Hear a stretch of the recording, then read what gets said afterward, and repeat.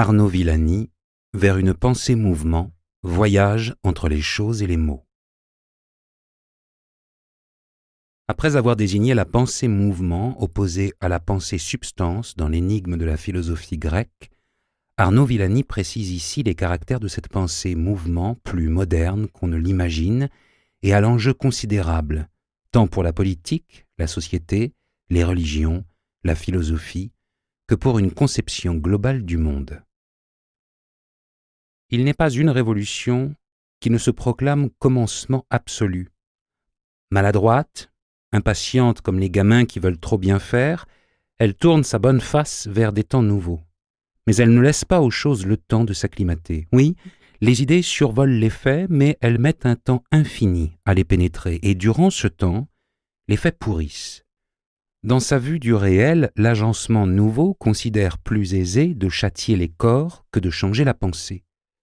La révolution est alors juste bonne pour des tribuns, un faux concept cachant de petites vengeances et des lendemains totalitaires.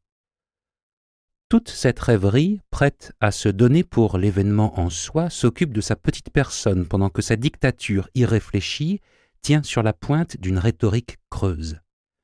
Elle a quelque chose du Dieu monothéiste, pure idée sans preuve, s'accordant de l'existence par une autorité terrifiante, d'où la logorée de nos sociétés postmodernes, se perdant en agitation, pérorant sur genre humain et sexe des anges.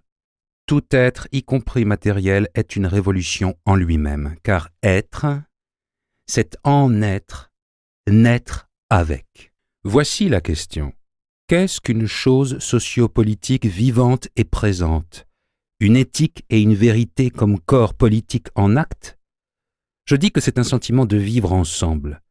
Le social est le sentiment de soi comme un autre, le politique l'ensemble des institutions souples qui donnent parole aux moindres et rendent effective cette connexion. Je le dis comme je le pense. Honte à Platon et aux Lumières d'avoir laissé croire à un meilleur absolu. Il faut rouvrir le politique à une sociopolitique existentielle, imposant d'accueillir à la table de discussion les plus anciennes pensées, les morts, les ancêtres, les cultures, la sagesse des nations, les collectivités inconscientes, les langues vernaculaires, la totalité des vivants et des matières, le système entier de la nature. Voilà notre tâche. Avec cette précision, l'idée de totalité utilisée ici n'a rien à voir avec un totalitarisme. La vraie multiplicité n'est jamais opposée à l'unité, elle en est la condition comme l'enchevêtrement des milliards d'entités tient à l'empreinte en creux de toute différence d'avec toutes les autres. L'un tout des Grecs est ainsi la garantie que chaque chose aura son rôle et sa place.